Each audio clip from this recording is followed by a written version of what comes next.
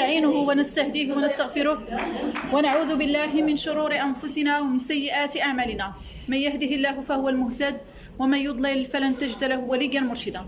وأشهد أن لا إله إلا الله وحده لا شريك له، وأشهد أن سيدنا محمدا عبد الله ورسوله. قد أدى الأمانة وبلغ الرسالة ونصح الأمة وجاهد في الله حق جهاده حتى أتاه اليقين. فاللهم اجعلنا من أحبابه، واجعلنا من أتباعه، واجعلنا من الذين يقتفون آثاره إلى يوم البعث والقيامة. ثم أما بعد، طبتن وطاب ممشاكن وتبوأتن من الجنة منزلا. نسأل الله سبحانه وتعالى أن يؤلف بين قلوبنا، وأن يسلل سخيمة صدورنا، وأن يجعلنا إخوة متحابين في جلاله العظيم. اللهم يا ربي يا كريم يا منان يا رحيم يا رحمن يا ذا الجلال والإكرام. اللهم يا رب جمعتنا في هذا البيت الكريم، فاجمعنا اللهم في جنات النعيم على سرر متقابلين. اللهم يا رب جمعتنا في بيت من بيوتك، فاجمعنا اللهم تحت ظل عرشك يوم لا ظل إلا ظلك. اللهم يا رب جمعتنا في هذا المقام الكريم، فاجمعنا اللهم حول حوض نبينا محمد صلى الله عليه وسلم، واسقنا من يده الشريفة شربة هنيئة لا نظمأ بعدها أبدا. اللهم يا رب واغفر لنا ما قدمنا وما أخرنا، وما أسررنا وما أعلنا، وما أنت أعلم به منا. أنت المقدم وأنت المؤخر، لا إله إلا أنت. اللهم يا رب اغفر لنا الذنوب التي توجب العذاب، واغفر لنا يا رب الذنوب التي تمنع العطاء، واغفر لنا يا رب الذنوب التي تمحق البركات. اللهم يا رب اغفر لنا وارحمنا، إنك أنت الغفور الرحيم. اللهم يا رب إلى سعة رحمتك مددنا أيدينا، فلا تردنا خائبين، يا رجاء السائلين ويا أمل المنقطعين، يا من حنت إليه قلوب التائبين. اللهم يا رب اعطنا ولا تحرمنا، زدنا ولا تنقصنا، أكرمنا ولا تهنا، بفضلك وكرمك وجودك وإحسانك، يا أكرم من أعطى ويا أجود من وهب. اللهم يا رب أسألك أن ترزق أخواتي حجا مبرورا. اللهم يا رب أسألك أن ترزق أخواتي حجا مبرورا. اللهم يا رب حجة لا سمعة فيها ولا رياء.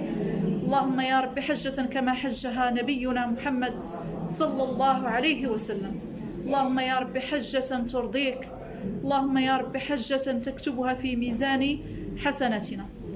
اللهم يا رب برحمتك التي وسعت كل شيء، اللهم يا رب ونحن شيء، اللهم يا رب نسألك أن ترحمنا برحمتك الواسعة تغنينا بها عن رحمة من سواك يا أرحم الراحمين يا رب العالمين.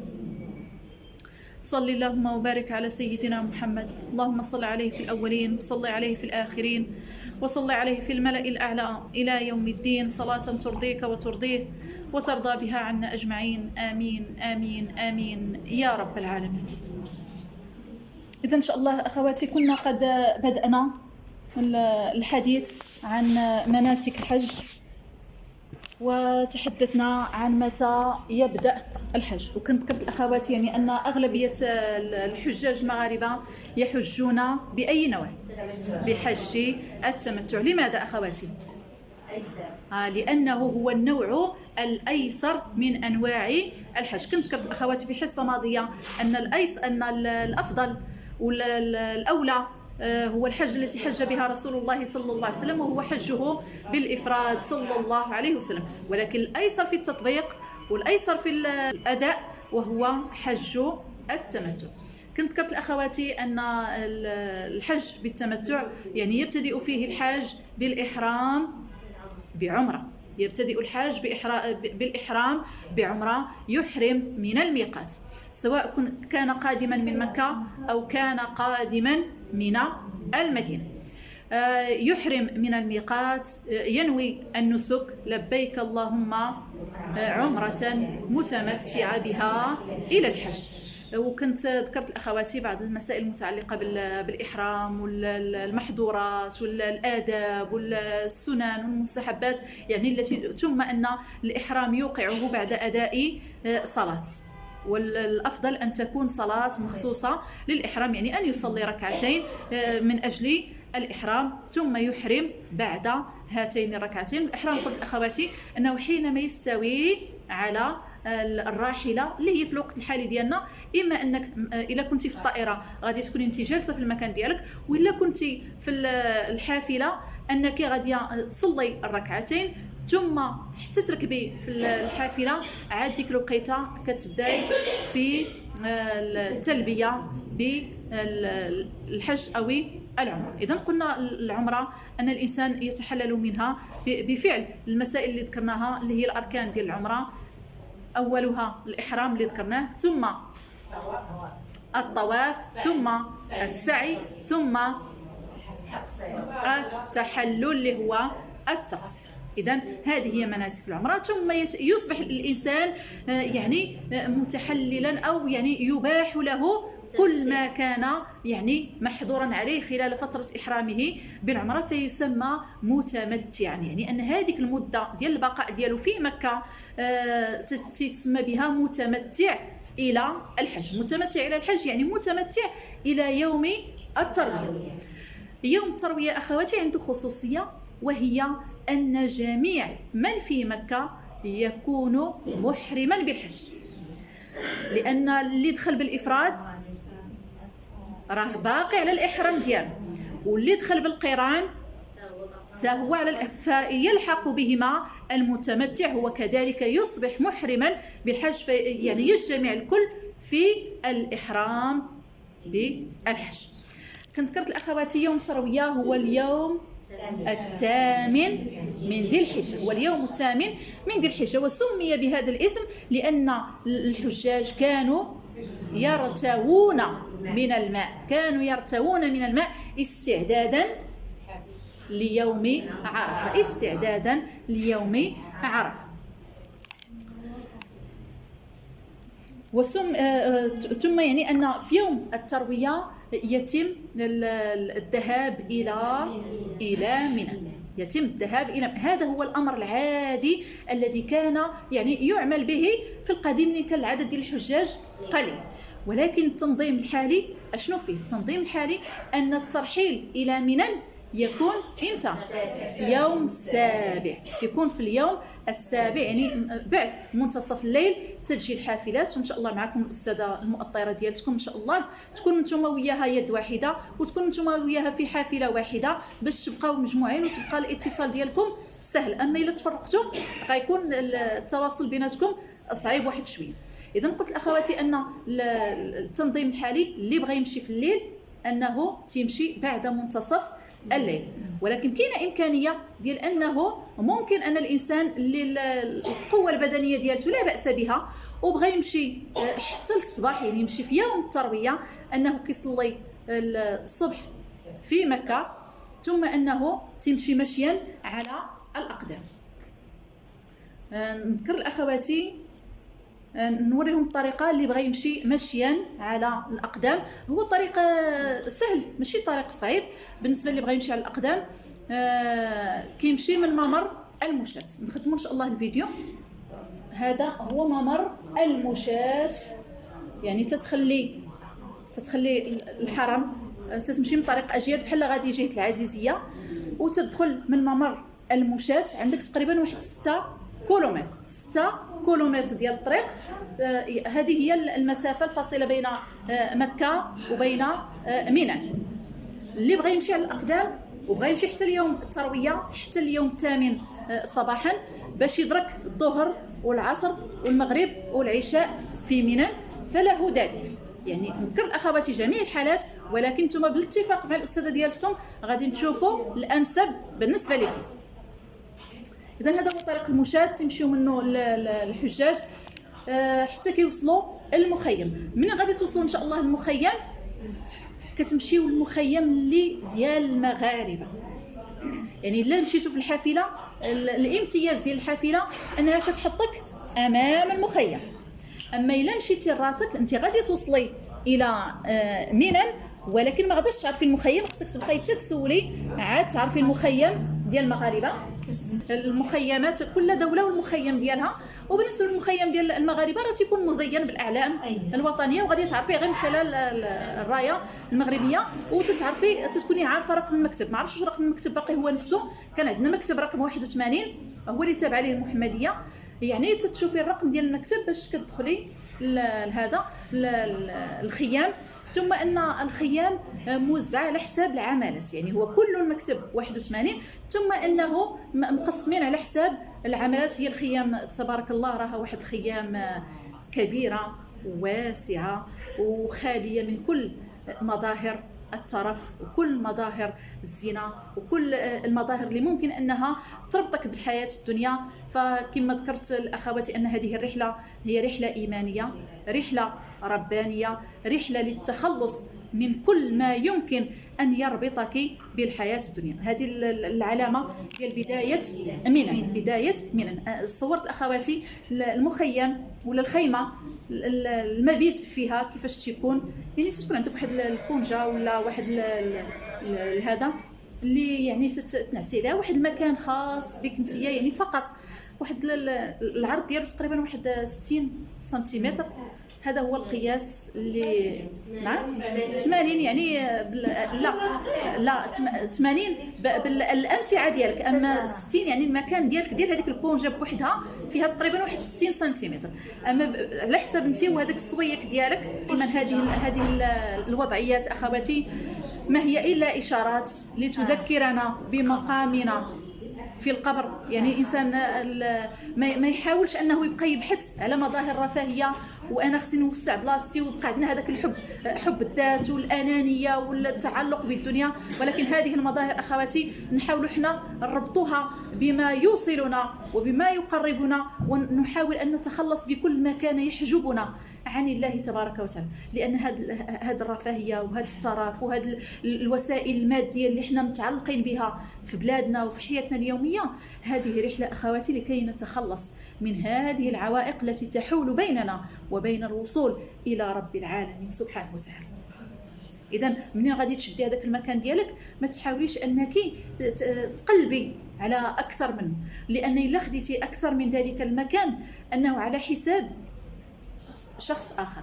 وهذيك مادام انت امراه وتبغي على الاقل ان خيمه تؤويك وفراش تنامي عليه، ما تخليش الاخت ديالك المسلمه واختك المغربيه انها تبات في الرصيف وتبات على الطريق. لان العديد من الناس اللي تباتوا خارج المخيم وتباتوا غير هكا في الطريق، راه كيف ما انت تبغي مكان يؤويك ومكان يسترك، نفكر نفسي ونفكر لاختي المسلمه كذلك. واخا يكون الخيمه فيها الزحام، راه ممكن ان الا تزحمنا في هذاك النهار ممكن نقلل من زحام يوم القيامه ونخفف من زحام يوم القيامه، ويكون لنا شافع هذاك المجلس هذاك وهذاك التزاحم وهذاك التراحم، يكون لنا شافع في زحام يوم القيامه. إذا الذهاب إلى منى أخواتي قلت أنه يكون يوم السابع أو يوم الثامن على حسب الاختيار وعلى حسب القدرة ديال كل حاجة. إذا قلنا يصلي فيها الظهر والعصر والمغرب والعشاء قصرا ولكن في أوقاتها، قصرا ولكن في أوقاتها. بالنسبة للظهر غيصليها في وقت الظهر ولكن يصليها ركعتين، بالنسبة للعصر كذلك في وقت العصر ولكن يصليها ركعتين. ثم وكتكون واحد الشيء جميل كيكون لأن الخيمة ديال الرجال تتكون بعدها خيمة النساء، وغالبا أنهم تيصليو جماعة، يعني النساء تيصليو مع جماعة الرجال، فيعني تيكون نوع من الاتحاد. إلا مشيتي توضاي وفاتوك في الجماعة راه انت تتصليها بوحدك. ثم بعد يعني ويصلي الصبح في منى، يعني الصبح ديال اين يوم صبح يوم التاسع يصليه في منى. ولكن قلت اخواتي من اجل التنظيم ان الترحيل الى عرفات يكون متى؟ نعم التي تكون يوم الثامن. لا دابا الاصل ان دابا الاصل ان الخروج الى عرفه تيكون يوم التاسع، ولكن من اجل التنظيم ومن اجل الناس اللي بحال اللي ذكرات الحاجه قبيله انها ما عندهاش قدره على المشي لان المسافه بين نعم ها يعني نذكر الاخواتي انا جميع الحالات لان الدور ديالي نفقهكم ونعطيكم المسائل الفقهيه باش تكونوا على علم. اللي بغى يختار يمشي هكا يمشي، واللي بغى يختار يمشي هكا يمشي. بالنسبه للترحيل الى عرفات بالنسبه للناس نعطي نصيحه لاخواتي اللي عندهم الرجلين ديالهم كيضروهم ولا القدره البدنيه ديالتهم ضعيفه ولا لا قدره لهم ولا طاقه لهم على المشي، أن الترحيل إلى عرفات يكون في يوم 8 بعد منتصف الليل. في يوم 8 بعد منتصف الليل كتجي الحافلات وكتبدا تنقل الحجاج من منى إلى عرفات، والمسافة أخواتي تقريبا بين منى وعرفات تقريبا واحد 17 كيلومتر. لا ماشيا على الأقدام نقول أخواتي تقريبا واحد 3 تسويع ونص. هذه المشيه المتوسطه، المشيه العاديه. شوفوا بالنسبه نقول لاخواتي اللي مريض يمشي في الحافله، ولكن اللي صحيح يمشي على رجليه. ما نقول لكمش الاجواء، نسبق لكم ياك تعيشوا الاجواء ديال المسير الى عرفات، انه تيكون واحد الجو انت غادي في واحد الموكب ايماني وغادي في واحد الرحله ربانيه، ويعني هذاك الهتاف بالتلبيه وهذاك الضجيج بالتلبيه وهذاك العج والتج بالتلبيه تنزل على القلب ديالك واحد الخشوع وتنزل على القلب ديالك واحد السكينه، وان هذيك الطريق انها تطوى. راه قلت لكم 17 كيلومتر تقريبا، ولكن راه انت تتمشي كأن الملائكه تحملك وتضعك في عرفات. بالنسبه للناس اللي مرض سيروا في الحافله، وبالنسبه وحتى الحافله حتى هي عندها الامتياز ديالها انك كتمشي راكبه وتحطوك في المخيم ديال المغاربه في عرفات، لان حتى عرفات فيها الخيام. وانا تنقول اخواتي وصيه ونصيحه للاخوات انكم سيروا نزلوا في الخيام. بالنسبه للاخوات اللي مشاو على رجليهم غير توصلي قلبي على المخيم ديال المغاربه غتلقاي تبارك الله البعثه كلهم تبارك الله هازين الرايات وغيوريوك المخيم ديال المغاربه. نمشي وننزل في الخيمه، لان الا بقيتي النهار كله وانت في الشمس ممكن تصابي بضربه شمس. ندي انا الاحتياطات ديالي، ندي واحد الشابو كبير، ولكن واحد المظلات بعد صلاه الفجر. بعد صلاه الفجر اللي بغى ياخذ الطريق بعد صلاه الفجر، ولا يعني كاينين عاوتاني بحال اللي تنسميوهم حنا طريبورتور، ولكن واحد السيارات كبار هذوك اللي تيكونوا معرين من الظهر، حتى هذوك حتى هما كيوصلوا. اللي ما بغاش يمشي في الليل يوصل يعني يمشي بعد صلاه الفجر، راه غادي ان شاء الله يلقى الطريق. ولكن اللي بغى يمشي راكب في يوم عرفه انه يخرج بكري واحد شويه، لان المسير الى عرفات ان الناس تيبداو غير تيصليو الفجر وتيبداو خارجين الى عرفات. ما عرفتش ندير لكم فيديو دابا ولا ها هما الحافلات اللي تينقلوا الحجاج. هنا راه شفتوهم في الليل تنقلوا الحجاج الى عرفات. تنقلوا الحجاج الى عرفات. هاي الطريق هنا تتكون زوينه وتتكون خاويه وتتمشي وتتوصلي في الليل وتتكملي النعاس ديالك في عرفات. تتصبحي الصباح تتصلي الصبح في عرفات. هادو ماشي الكيران ديال المغاربه، هادو غير صور لقيتهم، ولكن راه نفس الطريقه ونفس التنظيم تقريبا، ان الحجاج تخرجوا من المخيم وداكشي اخواتي يكون بالنظام، يكون يعني شوف حتى واحد ما غياخذ بلاصه الاخر، وقد ما انا تساعدت قد ما الله سبحانه وتعالى كيسر ليا الطريق باش تركبوا في الحافلات، والحافلات تتنقلهم الى عرفات ثم انهم تباتوا في عرفات. يعني هنا هو قال لكم المطلوب في هذه الليله ان يكون الانسان مستريح. لماذا؟ باش يقدر على يوم عرفه، يقدر يواجه اليوم عرفه في الدعاء وفي التضرع وفي الالتجاء الى الله تبارك وتعالى. هو يوم التاسع، يوم التاسع من ذي الحجه، يعني يوم عرفه، اليوم العظيم، يوم المغفرة ويوم تنزل الرحمات ويوم المغفرة العظيم الذي يباهي الله فيه بالحجاج ملائكة. إلى قلنا يوم عرفة ذكرنا بعض المسائل المتعلقة بيوم عرفة، وأن يعني ليس هناك يوم ممكن أن تطلع عليك شمسه ويعني وتكوني واقفة في ذلك المكان أفضل من يوم عرفة. يعني أسعد الناس من أمد الله سبحانه وتعالى في عمره وأبقاه الله سبحانه وتعالى إلى أن وقف في موقف عرفة. شوف، مرت علينا ليلة القدر وكنا نلتمس ونتحرى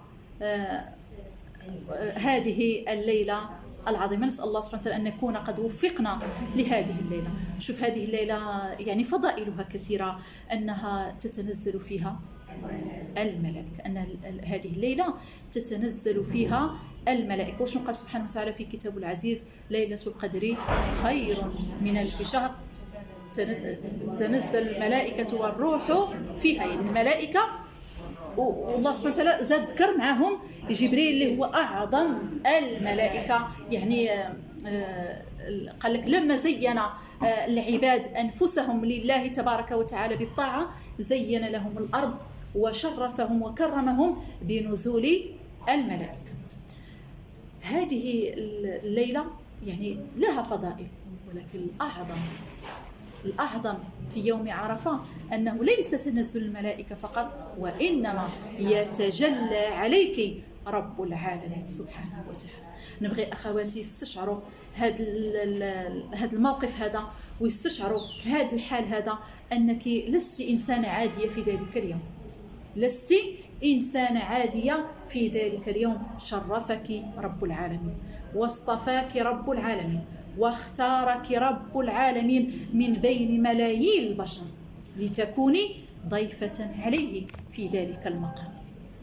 ولو شاء سبحانه وتعالى لردك واختار غيرك، ولكن وربك يخلق ما يشاء سبحانه وتعالى ويختار ما كان لهم الخيرة من أمرهم، ولكن رب العالمين سبحانه وتعالى هو الذي اختارك وهو الذي اصطفاك لذلك الموقف ليتجلى عليك سبحانه وتعالى. فيعني كنا ذكرنا بعض المسائل المتعلقة بهذا اليوم، فضائل هذا اليوم، أنه ما رؤي الشيطان في يوم أضحر ولا أدحض ولا أصغر مما يرى في يوم عرفة، من كثرة ما يرى من تنزل الملائكة، من كثرة ما يرى من تنزل رحمة أرحم الراحمين، ومن كثرة ما يرى من مغفرة رب العالمين سبحانه وتعالى للعباد. فرب العالمين سبحانه وتعالى يغفر لأهل الموقف ويغفر لمن استغفر لهم أهل الموقف، فيغفر سبحانه وتعالى أو يهب سبحانه وتعالى المحسنين للمسيئين، فيغفر لأهل الموقف جميعا. فهذا اليوم أخواتي يستغل ولا يضيع؟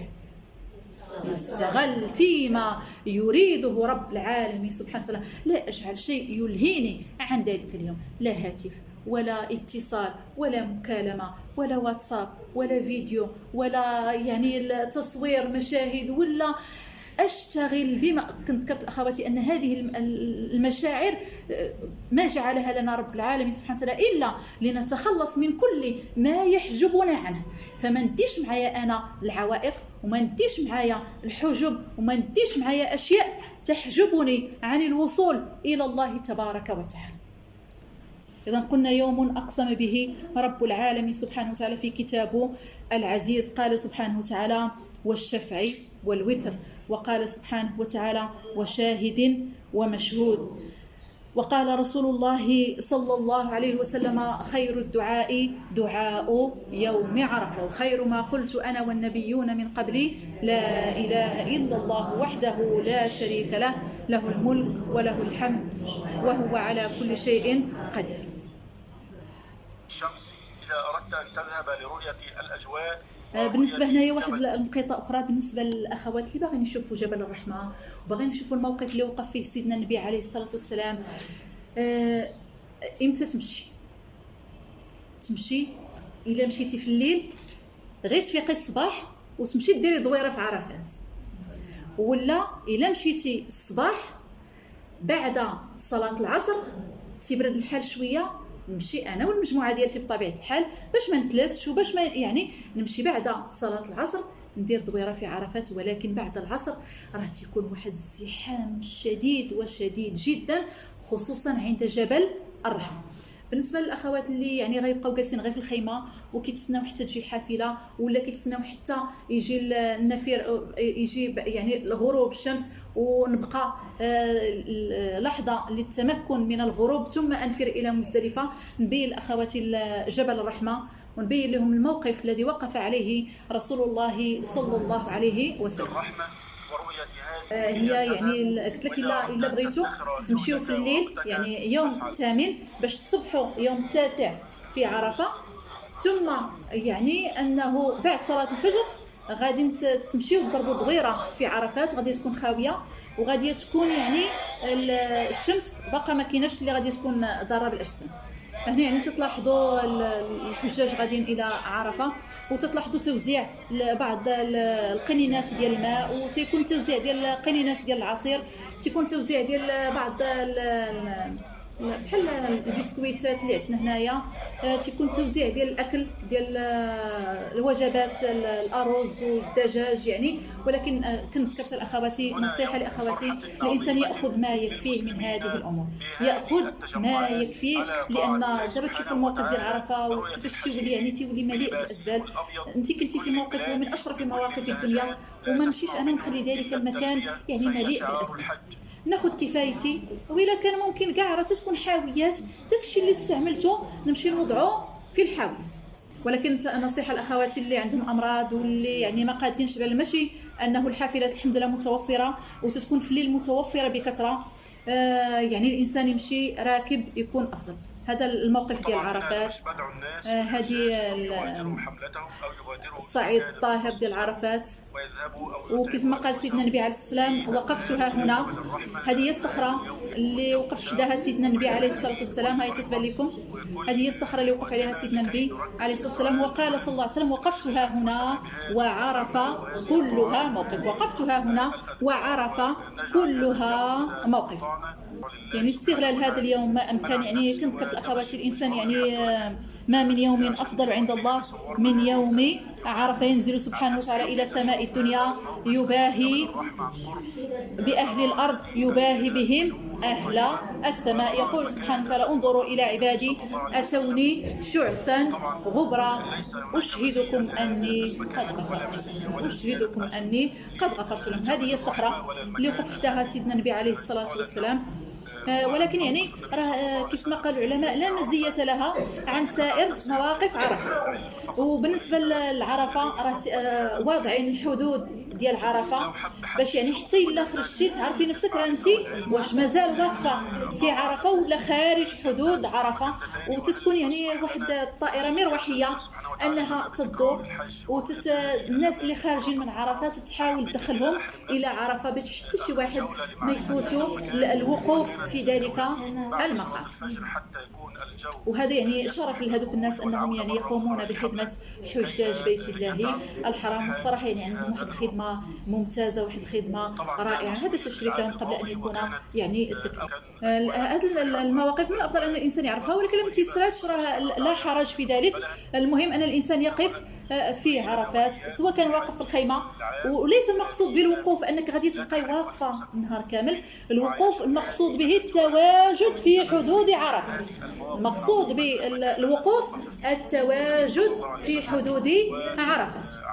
هادو الناس اللي تبقى يوزعوا داك المسائل اللي قلت لاخواتي وما تكونوش غير هادو، تكونوا يعني شاحنات تتحمل انواع او كميات كبيره من الطعام. شوف انا تعمد نقول لكم كميات كبيره من الطعام، لان شوف الله سبحانه وتعالى شنو قال، خلق الانسان هلوعا. يعني الانسان دائما في هذاك حب الكثره وحب هذا، ولكن يعني راه الحمد لله الكميات كبيره. واحيانا نشوف راه والله العظيم احيانا قليل تكون خاديه معك واحد القليل من الفواكه، واحد المشروب واحد وبعض التمرات، والله العظيم تكفيك في ذلك اليوم.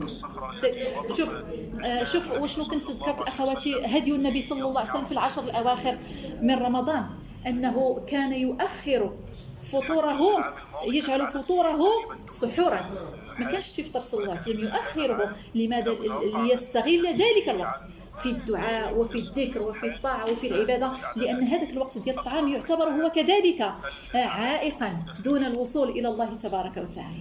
يعني هو جميع الحجب يزيلها من أجل أن تزول الحجب بين العبد وبين ربه وبين مولاه وبين خالقه سبحانه وتعالى. إذن هذه المشاهد ديال عرفة وهذا الموقف ديال عرفة، وأنه قد ما دازت الساعات ديال اليوم قد ما كيبدا يتزاد في العدد ديال المتوافدين على عرفات، يعني تيوصل العدد إلى ملايين الحجاج، يعني ممكن يوصل حتى 3 حتى 4 المليون ديال الحجاج الذين يجتمعون في نفس المكان. لا تجمعهم لا لغة ولا جنسية، ولكن تجمعهم رابطة الإيمان، تجمعهم رابطة الإيمان. زالت الفوارق المادية وزالت الفوارق الاجتماعية وزالت جميع الفوارق، ولكن بقيت رابطة واحدة تربط. يعني أحيانا تلقى وقف حداك وحدة هندية ولا وحدة يعني من لغة ما تتفهمي فيها انت حتى شي حرف، ولكن تلقايها تتهضر معاك وممكن ان الرساله تصل. يعني شوف هنا سلا الوقوف بعرفه، يعني الوقوف بعرفه يبتدئ من يوم يبتدئ يعني في اليوم 9 ولا ينتهي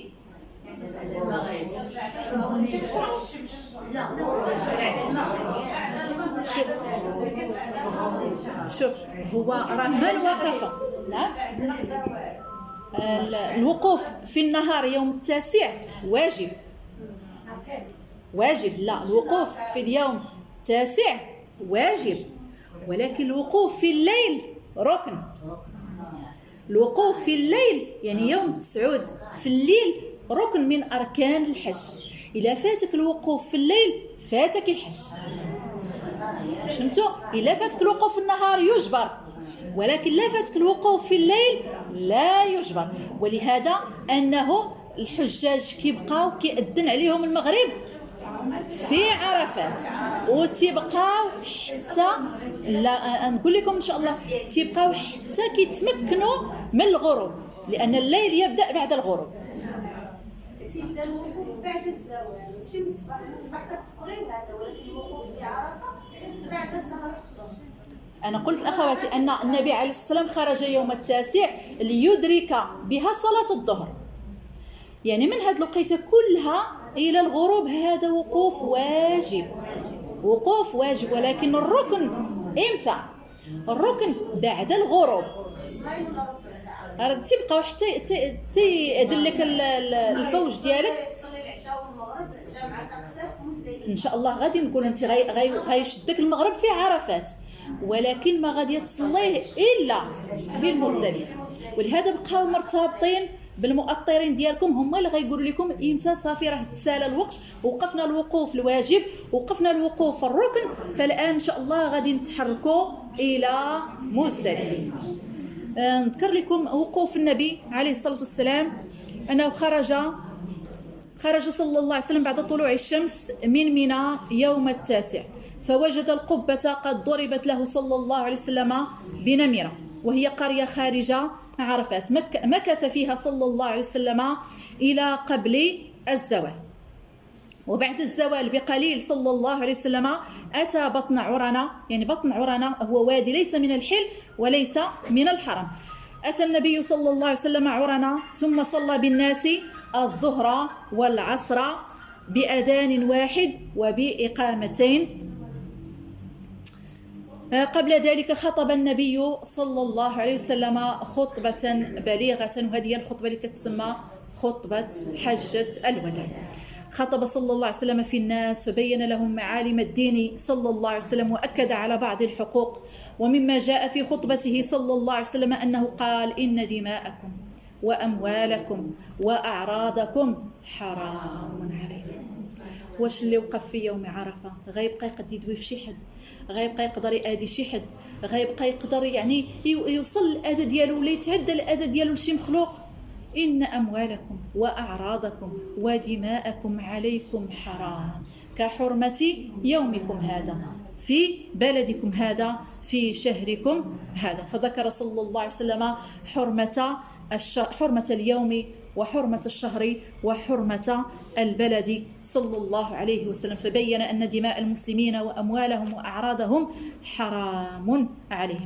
ثم ذكر بعض المسائل التي كانت تقع في الجاهلية، منها يعني الربا، ومنها يعني أنه الأخذ بالثأر. فوضع النبي صلى الله عليه وسلم أمور الجاهلية كلها، حتى أنه قال صلى الله عليه وسلم إن دماء الجاهلية موضوعة تحت قدمي. وبدأ صلى الله عليه وسلم بدماء أقاربه صلى الله عليه وسلم، ثم انتقل إلى الربا وقال يعني ذكر الربا، ثم غلظ فيه صلى الله عليه وسلم قال إن ربا الجاهلية موضوع، وأول ربا أضعه ربا العباس ابن عبد المطلب، والعباس هو عم النبي صلى الله عليه وسلم. يعني ابتدأ بأقاربه وابتدأ بأهله صلى الله عليه وسلم. قال لك يعني باش تكون انت مؤثر في الناس لابد أنك تبدأ بنفسك، تبدا بنفسك. الا بغيتي الناس يستمعوا القول ديالك ولا بغيتي الناس يطبقوا الاشياء التي تقولها فابدا بنفسك. ثم ذكر النبي صلى الله عليه وسلم شوف النساء لهن مكان في هذا الدين. النساء اخواتي لهن، تخيلوا موقف عرفات، وموقف يتجلى فيه رب العالمين سبحانه وتعالى للعباد، وموقف يغفر فيه رب العالمين سبحانه وتعالى للعباد، وموقف يباهي به رب العالمين سبحانه وتعالى، يباهي بأهل الأرض، يباهي بهم أهل السماء. ثم يذكر في هذا الموقف وحج مع النبي صلى الله عليه وسلم 100,000 من الصحابة حجوا مع النبي صلى الله عليه وسلم، ثم يوصيهم بالنساء صلى الله عليه وسلم. واش غيجي شي حد مورا هذا الشيء ويقول لك اشنو خصنا نديروا مع المرأة؟ انتهى الكلام. قال صلى الله عليه وسلم إنما استحللتم فروجهن بكلمة الله، فبين صلى الله عليه وسلم ما لهن وما عليهن، ثم ذكر جملة من الوصايا الخاصة للنساء. صلى النبي صلى الله عليه وسلم الظهر والعصر جمعا وقصرا ليتسنى للناس الوقوف. يعني الصلاة اللي ممكن أن الإنسان كل مرة غيمشي يقلب على فين يتوضا وما كان فين غادي يصلي، جمع بين الظهر وبين العصر، جمع تقديم قصرا وجمعا في وقت الظهر، ليتسنى لك الوقوف، وليتسنى لك الدعاء، وليتسنى لك الاختلاء. أنت وسط ملايين البشر، ولكن أنت في خلوة مع رب العالمين سبحانه وتعالى. بوحي بذنوبك. شوف يقول سبحانه وتعالى للملائكة ما يريد هؤلاء يا ربي أريد مغفرتك، يا ربي أريد رضاك، يا ربي أريد جنتك، يا ربي أريد رحمتك، يا ربي أريد، يا ربي أريد، يا ربي أريد، يا ربي أريد، يا ربي أريد. سؤالاتي لا تنقطع، ورحمتك يا ربي أوسع وأشمل يا أكرم الأكرمين يا أرحم الراحمين. واعلمي أختي أن لك ذنوب لا يغفرها إلا الله، وأن لك حاجات لا يقضيها إلا الله سبحانه وتعالى. إذن ثم النبي صلى الله عليه وسلم أخذ، وفي هذا اليوم نزل قول الله تبارك وتعالى اليوم أكملت لكم دينكم. ما يجيش شي حد يعلمك شي حاجة يقول لك شي حاجة حسن من هذا الشيء اللي عندكم في الإسلام. ياك اليوم أكملت لكم دينكم وأتممت عليكم نعمتي ورضيت لكم الإسلام دينا. من الذي ارتضى لنا هذا الدين؟ رب العالمين سبحانه وتعالى. ولهذا من أذكار الصباح ومن أذكار المساء رضيت لله ربا وبالإسلام دينا وبمحمد صلى الله عليه وسلم نبيا ورسولا. ثم أخذ صلى الله عليه وسلم يشهد الناس ويقول، يعني بعدما خطب في الناس صلى الله عليه وسلم بدأ يشهد الناس صلى الله عليه وسلم ويقول في خطبته أما إنكم مسؤولون عني. مسؤولون متى وأين وأمام من؟ يوم القيامة أمام رب العالمين سبحانه وتعالى. فما أنتم قائلون عني. تخيلوا هو سيدنا النبي عليه السلام بلغ الأمانة وبلغ الرسالة وأدى الأمانة وعلى أحسن وجه صلى الله عليه وسلم، ثم يستوثق من الصحابة صلى الله عليه وسلم فيقول ما أنتم قائلون عني. وكنت ذكرت أخواتي أن عددهم أكثر من 100,000 صحابي وصحابية حجوا مع رسول الله صلى الله عليه وسلم في حجة الوداع. فيرفع إصبعه الشريف إلى السماء ثم ينكثها إلى الأرض، يقول ما أنتم قائلون؟ فيقولون نشهد أنك قد بلغت ونصحت. فيرفع إصبعه الشريف إلى السماء ثم ينكتها إلى الأرض ويقول اللهم فاشهد، اللهم فاشهد، اللهم فاشهد. ونحن كذلك أخواتي على ما شهد به الصحابة شهود كذلك أنه قد بلغ الرسالة وأدى الأمانة صلى الله عليه وسلم، وأنه تركنا على المحجة البيضاء ليلها كنهارها لا يزيغ عنها إلا هالك. فرغ النبي صلى الله عليه وسلم من هذا كله ثم أتى الموقف أي عرفة. فيعني كنت ذكرت لكم أنه جعل حبل المشاة، يعني طريق المشاة الذي يمشي منه الناس هو جعله بين يديه واستقبل القبلة. وهذه نصيحة أخرى أخواتي، أن الإنسان يستقبل القبلة، يقف في عرفات ولكن اتجاهه إلى القبلة، اتجاهه إلى البيت الحرام. فوقف صلى الله عليه وسلم على ناقته، وهو يعني سيدنا النبي عليه الصلاة والسلام هو من هو الذي غفر له الله تبارك وتعالى ما تقدم من ذنبه وما تأخر، ثم أنه كان يقوم من الليل حتى تتفطر أقدامه الشريفة صلى الله عليه وسلم. فتقول له عائشة رضي الله عنها أو تفعل ذلك يا رسول الله وقد غفر لك ما تقدم من ذنبك وما تأخر؟ فتجاوبها الحبيب المصطفى أفلا أكون عبدا شكورا. ويعني الإنسان اللي أنعم عليه رب العالمين وبلغ به ذلك المقام وبلغ به ذلك المنزل أفلا يكون عبدا شكورا؟ نشكر ربي ونشكر مولاي اللي اداني وحطني في هذاك المكان من بين ملايين البشر سبحانه وتعالى. كنت ذكرت الأخواتي أن الناس قد شكوا هل النبي صلى الله عليه وسلم صائم في ذلك اليوم أم أنه مفطر، فبعثت له أم الفضل بقدح فيه لبن فشربه صلى الله عليه وسلم، فتأكدوا من أنه صلى الله عليه وسلم مفطر في ذلك اليوم. هنا قلت الأخواتي أنه لا يستحب للحاج الصيام لكن يستحب لغير الحاج، يعني الحاج يكره له الصيام ويستحب لغير الحاج. ثم مكث صلى الله عليه وسلم يدعو في هذا اليوم، وكنا ذكرنا أن هذا اليوم هو أعظم مجامع الدنيا. وقف صلى الله عليه وسلم يدعو حتى غاب قرص الشمس، يعني لا غاب قرص الشمس، دخل الليل، دخل الليل. هنا تكون الوقوف الركني، يعني لا بد من التحقق من أنك وقفتي إلى مغيب قرص الشمس، يعني باش يكون عندك الوقوف الركني. فلما غربت الشمس تماما، وقد كان يعني معروفا عندهم أن النفرة من عرفات تكون بعد غروب الشمس، ولكن النبي عليه السلام وقع له موقف في عرفات، يعني أنه كان معه أسامة ابن زيد. النبي صلى الله عليه وسلم واقف على بعيره ينتظر، والناس ينتظرون نفرة النبي صلى الله عليه وسلم إلى المزدلفة وهو ينتظر، والناس يتعجبون ماذا ينتظر رسول الله صلى الله عليه وسلم، فإذا به ينتظر أسامة. شكون اللي تعرف أسامة شكون هو؟ أسامة هو الحب ابن الحب، أسامة ابن زيد رضي الله عنه وأرضاه. وكان نحيلا أسودا أو أسود البشرة، جاء يجري ثم ركب خلف رسول الله صلى الله عليه وسلم، ثم بعدها انطلق رسول الله صلى الله عليه وسلم إلى المزدلفة. وكان يوصي الناس،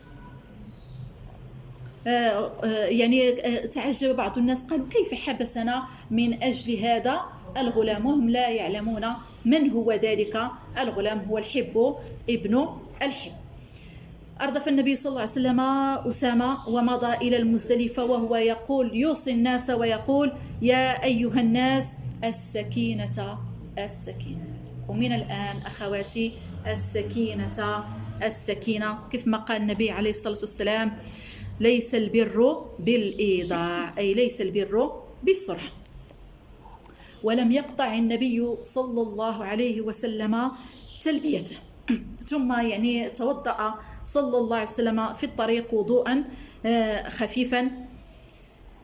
وكان أسامة يقول له: يا رسول الله الصلاة يعني صلاة المغرب، صلاة المغرب، راه دخل وقت المغرب والنبي صلى الله عليه وسلم يعني ماض في طريقه إلى أن يصل إلى المزدلفة. فلما وصل إلى المزدلفة صلى الله عليه وسلم أمر المؤذن فصلى المغرب قبل أن يحط الرحال صلى الله عليه وسلم وقبل أن تبرك الجمال. ثم لما سلم من المغرب أمر أن تبرك جمالهم وأن يحطوا رحالهم. بعد ذلك أمر المؤذن أن يقيم فصلى العشاء صلى الله عليه وسلم، ثم اضطجع ولم يصلي شيئا، يعني صلى العشاء ثم اضطجع صلى الله عليه وسلم من شدة تعبه في المسير إلى عرفة وفي الوقوف بعرفة وفي النفرة من عرفة. فصلى صلى الله عليه وسلم المغرب والعشاء ثم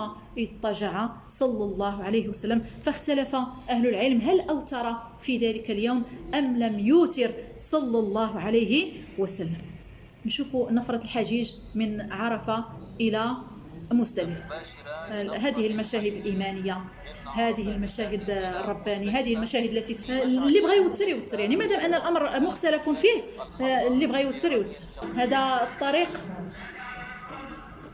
الطريق إلى المزدلفة. وبغيت نبين لأخواتي المشهد ديال المزدلفة، وممكن أنك عمرك متخيلتي نفسك أنك غادي تباتي بهذه الطريقة، ولكن أحسن نومة، والنوم في هذا المكان هو عبادة لله تبارك وتعالى. أحسن نوم يعني الناس اللي كينعسوا بالمهدئات والناس اللي كينعسوا بالعقاقير والناس ما تحتاجيش في يوم المزدلفة، في ليلة المزدلفة ما تحتاجيش. تجرد التام. في عرفة كان باقي عندك شويه هذيك الخيمه اللي مدرقه فيها، هنا سبحان الله العظيم بدون خيام، يعني انت يوم من ايام مشهد يوم القيامه. هذا هو اللي قلت لي. بالنسبه شوف منين تيكونوا يعني مجموعه ديال الرجال تينعسوا من هذا الشيء، وفحال دابا الا كان هنايا راجل غتجي حداه اختو ولا غتجي حداه مو ولا غتجي حداه وحده من الاقارب ديالو، وموراها كيجيو النساء الاخرين، فهمتوا؟ تيبقاو مجموعه، يعني واخا ما تيكون معك لا بعض الامهات غاديين ولا بعض الاخوات غاديين ما عندها لا زوج لا اب لا وغاديه محتميه باخواتها، يعني انها تتبقى وسط هذوك النساء. الصوره تشرح نفسها. ودائما اخواتي هذه المشاهد راها تربطك بمشهد من مشاهد يوم القيامة. ما نخليوش حنا هذه المشاهد تمر هكذا مجردة بدون وقفات، بدون أخذ عبرة، بدون يعني من ناخذ المغزى الحقيقي من هذه المشاهد، ولكن تكون لها أثر كبير في حياتنا، لأنه فعلا سوف يأتي علينا يوم يعني نجد أنفسنا في مثل هذا المقام، يعني لا بيوت ولا أفرشة ولا أغطية ولا. تذكر يوم يكون فرشك التراب ووسادتك من تراب وغطاؤك من تراب وأنت وسط التراب. ثم يعني أن المبيت بالمزدلفة، المبيت بها سيدنا النبي عليه السلام وشنو قال في مزدلفة؟ مندوب. المبيت نعاود نأكدها لكم، المبيت بمزدلفة مندوب، ولكن النزول بها قدر حط الرحال واجب. ولكن بالنسبة للأخوات اللي ما تابعهم حتى شي حاجة، ياك ما تابعناهاش،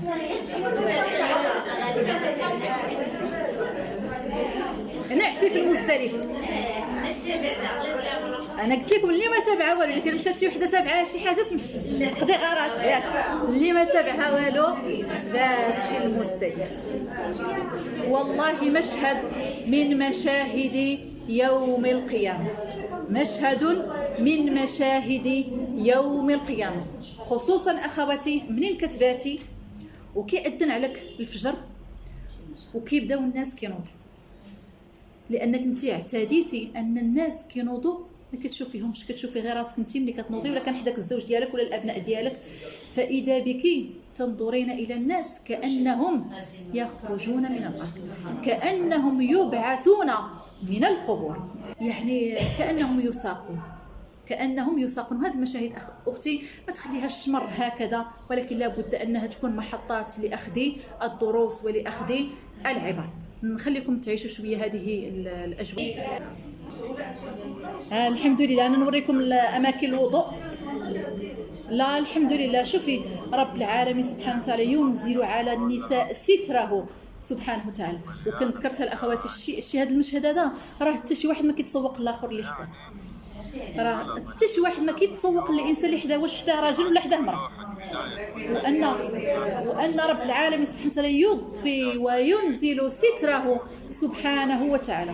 وكنت ذكرت الاخوات حديث عائشه منين ذكر سيدنا النبي عليه السلام ان الناس يبعثون حفاة عراة غرلا، قالت النساء والرجال ينظر بعضهم إلى بعض يا رسول الله. بماذا أجاب؟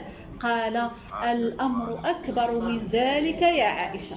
الأمر أكبر أخواتي من أن ينظر النساء إلى الرجال أو أن ينظر الرجال إلى النساء. فيعني بعد أولا أن الكل محرم، وأن أي حركة وأي فكرة وأي إلا وتفسد على الإنسان حجه. ولهذا ان الانسان سبحان الله العظيم، لهذا شوف الامر ديال النيه واحد الامر عجيب في الدين ديالنا. انما الاعمال بالنيات. ما دام ان الانسان بنيه الدخول في الاحرام الا وانه هذيك النيه تتخليه يعني يصرف النظر ويصرف الفكر عن كل ما يمكن ان يفسد عليه حجه. هادو الناس هنايا يعني كيف ناعسين كيتجنبوا غير الطريق اللي ممكن.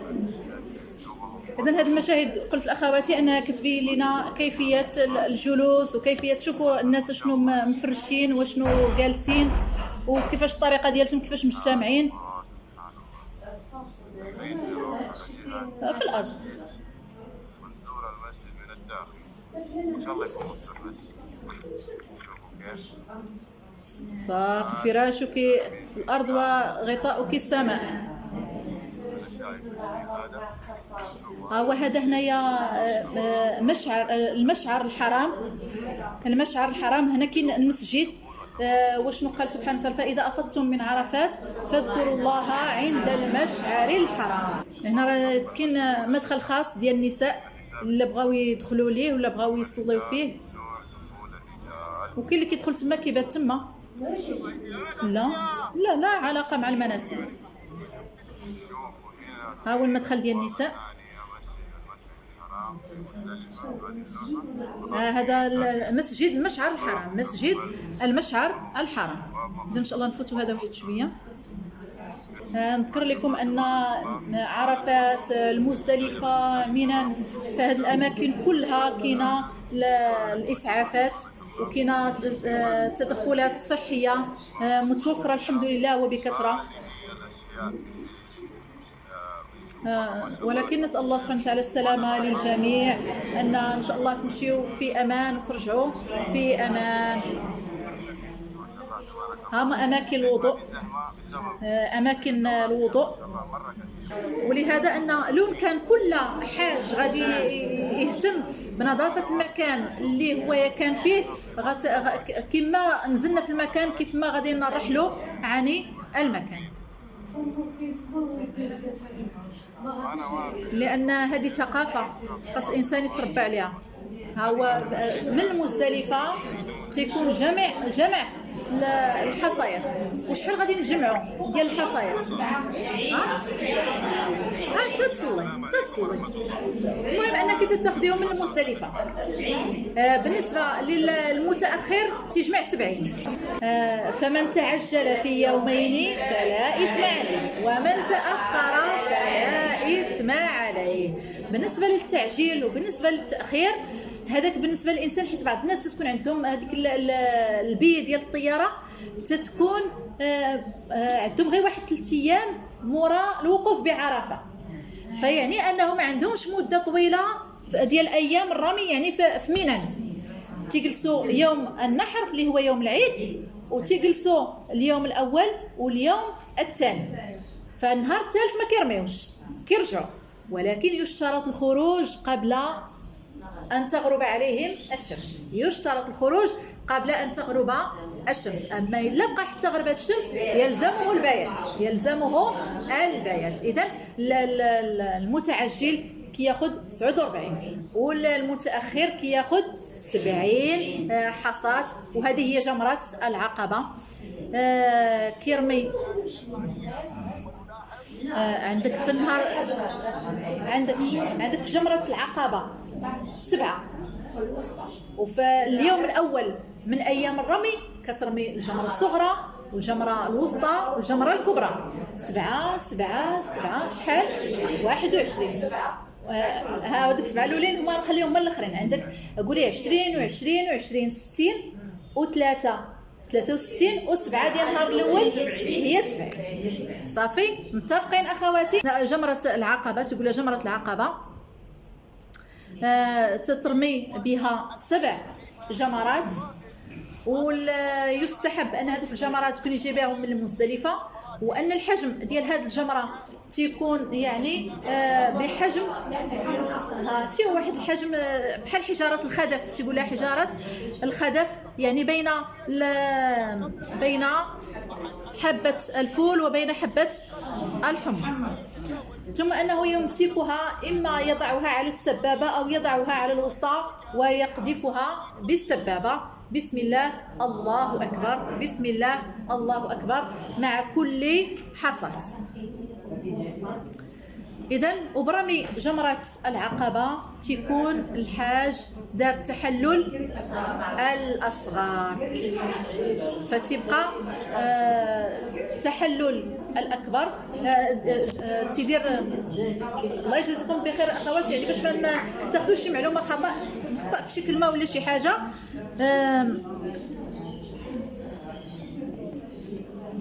بالنسبة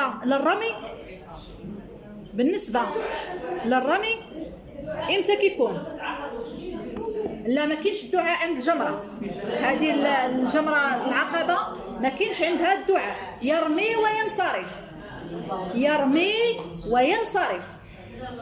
وباش يخليكم تدخلوا اخواتي من المزدلفة، نتوما جايين من المزدلفة، باش يخليكم تدخلوا نيشان ديروا الرمي ما تكونوا هازين حتى شي حاجه.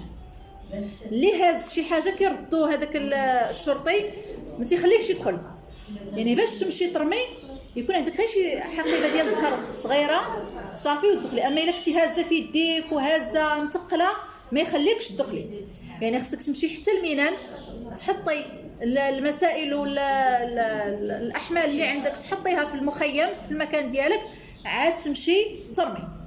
وبالنسبه للرمي اخواتي، ان الرمي يصح قبل الزوال وبعد طلوع الشمس، يعني من كتطلع الشمس كيبدا وقت الرمي. هذا الرمي فيكم مزدلفة؟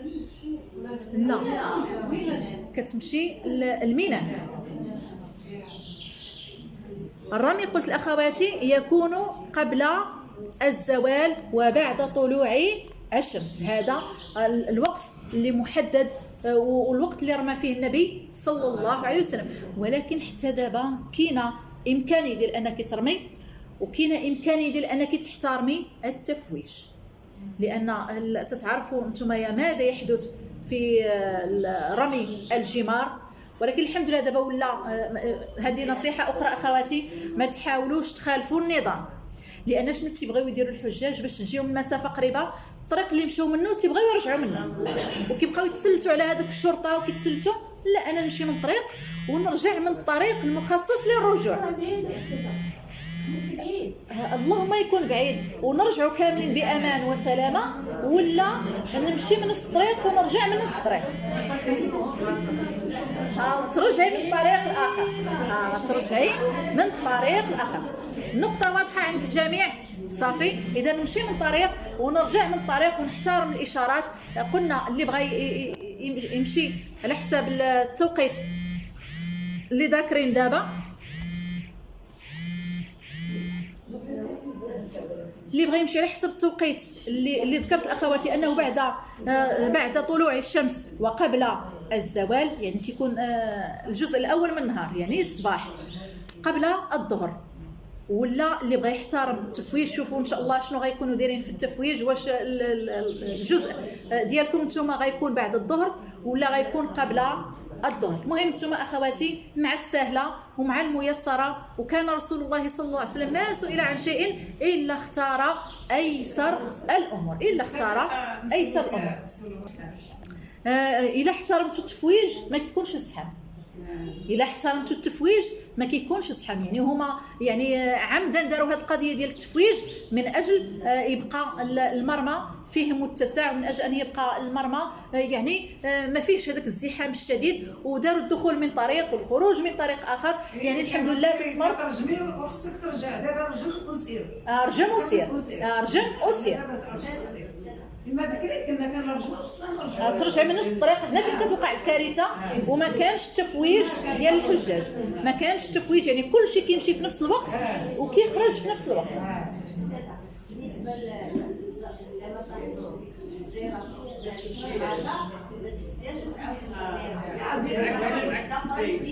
تتاخذي وحده اخرى جديده،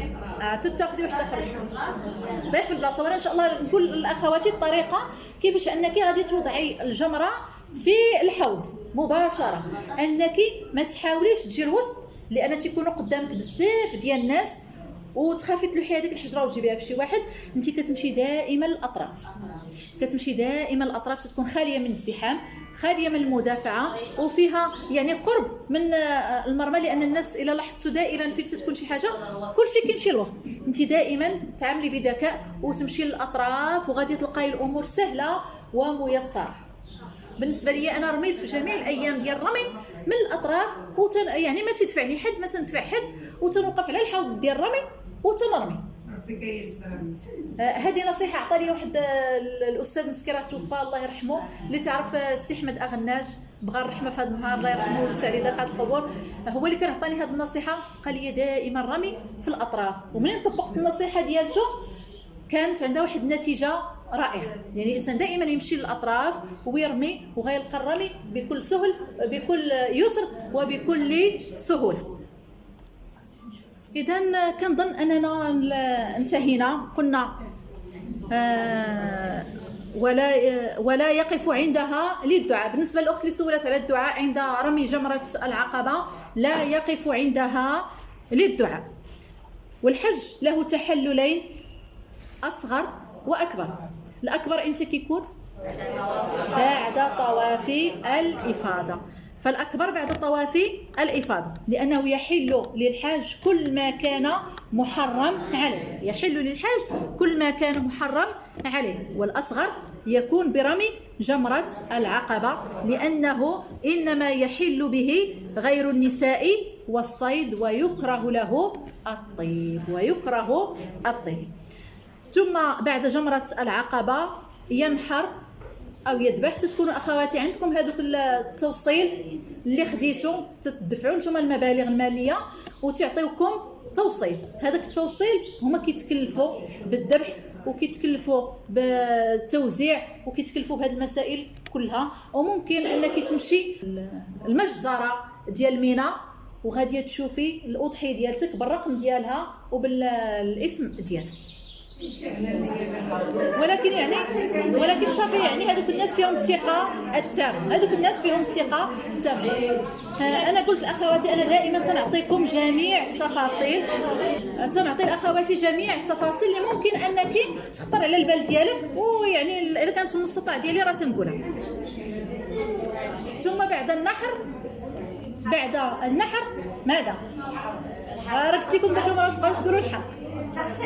التقصير بالنسبه الحلق بالنسبه للرجال، وبالنسبه للنساء التقصير المقصود به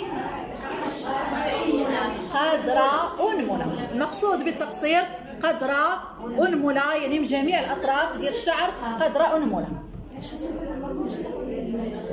لا، من هي تجمعي الشعر كله. وشوف التقصير من الأفضل أن يعمم على جميع الشعر. الله يجزيكم بخير. الأفضل أن يعمم التقصير أو أن يشمل الشعر كله بالتقصير قدر أنملة، فتكوني قد تحللت التحلل الأصغر، والتحلل الأكبر يكون بأداء طواف الإفاضة. طواف الإفاضة الوقت اللي بغيتي كديري فيه طواف الإفاضة. راه إلا كنتي مع مجموعة، ودائما شوفوا أخواتي معاكم الأستاذة المؤطرة ديالتكم، كونوا يد واحدة أخواتي، التزموا بالجماعة، ويد الله مع الجماعة. تمشيو انتم وياها مرة واحدة، تتاخذوا مركوب واحد وتترجعوا. هذا في حالة ما إلا بغيتوا تمشيو ديروا طواف الإفاضة. إلا بغيتوا تأخروه إلى أن تتموا أيام الرمي، سواء كنتوا متعجلين أو كنتوا متأخرين، تخليو حتى تكملوا أيام الرمي، ومنين تمشي لمكة ديك الوقيته غادي ديري طواف الإفاضة. صافي أخواتي.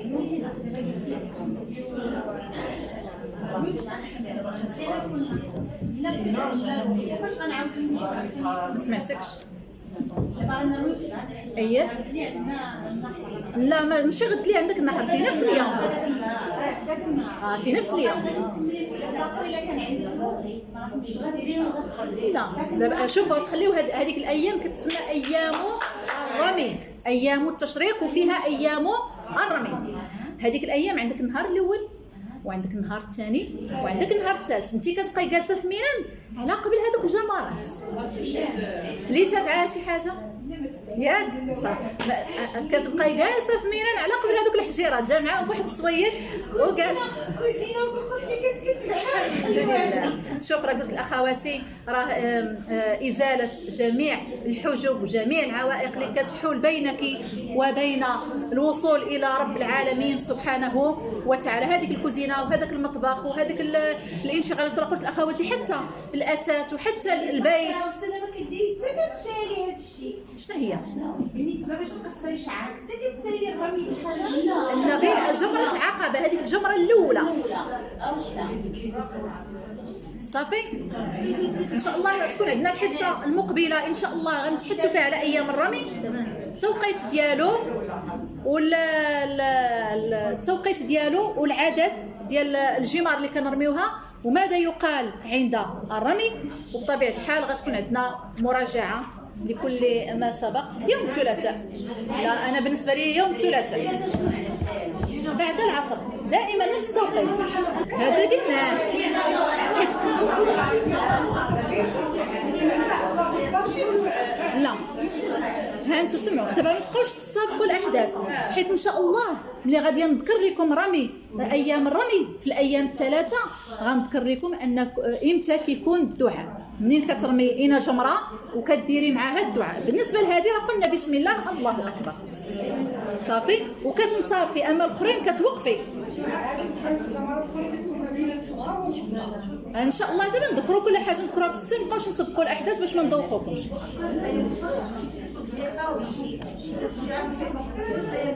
لا شوف بالنسبه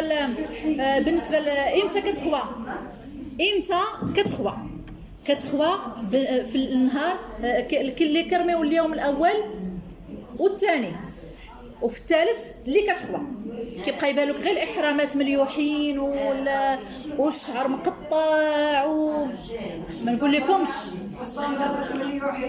نقول لكمش الله يصبركم.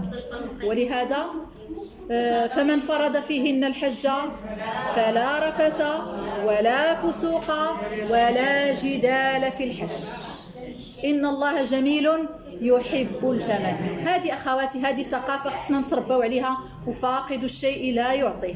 أنا ماشي مشيت حتى للمشاعر المقدسة وعاد اللوح الإحرام ديالي موسخ وعاد اللوح الشعر ديالي مقطع ليا الحجام ومليوح تما وعاد يعني دوك الثياب اللي تخليت عليها كلها نخليها تما وعاد هذيك المسائل الاخرى بقايا الطعام ولا شي مسائل اخرى كلها كتبقى مرميه تما وعاد زيد كمل المراحل. المهم هذه امور الى ذكرتها الاخواتي انه غير من اجل واستعينوا بالصبر والصلاه. اذا اقول قولي هذا واستغفر الله لي ولكم انه غفور رحيم. سبحانك اللهم وبحمدك نشهد ان لا اله الا انت نستغفرك ونتوب اليك. سبحان ربنا رب العزه عما يصفون وسلام على المرسلين والحمد لله رب العالمين. وانتن من اهل الجزاء.